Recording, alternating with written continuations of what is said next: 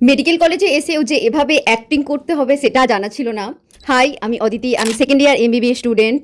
আজকে বেসিক্যালি এখন আমার ক্লাস রয়েছে, ফার্মা ক্লাস আছে। ফার্মা ক্লাস কমপ্লিট করার পর আজকে কোনো আর ক্লাস ছিল না, তো আমি লাইব্রেরিতে চলে গিয়েছিলাম। লাইব্রেরিতে কিছুক্ষণ পড়লাম, কারণ সামনে অনেক বড় এক্সাম আসছে আমার। কিছু কমেন্ট আমি সবসময় পাই যে দিদি সবসময় কি পড়তে হয়? অ্যাকচুয়ালি পড়তে হয়, এক্সামের আগে তো এখানে প্রচুর পরিমাণে পড়তে হয়, যেটা আমাকে দেখে বুঝতেই পারো। ম্যাক্সিমাম টাইমে এক্সামের আগে সবাই পড়তেই থাকে। দেন আমাদের রিহার্সাল ছিল আজকে, প্র্যাকটিসের দিন, লাস্ট প্র্যাকটিস। কালকে আমাদেরকে মাইক্রোবায়োলজি ক্লাসে এটা রিপ্রেজেন্ট করতে হবে স্যার ম্যামদের সামনে। আমরা খুবই টেনশানে ছিলাম কি করব, ফার্স্ট টাইম অনেকেরই। আমি আগেও যদিও করেছি একবার নাটক।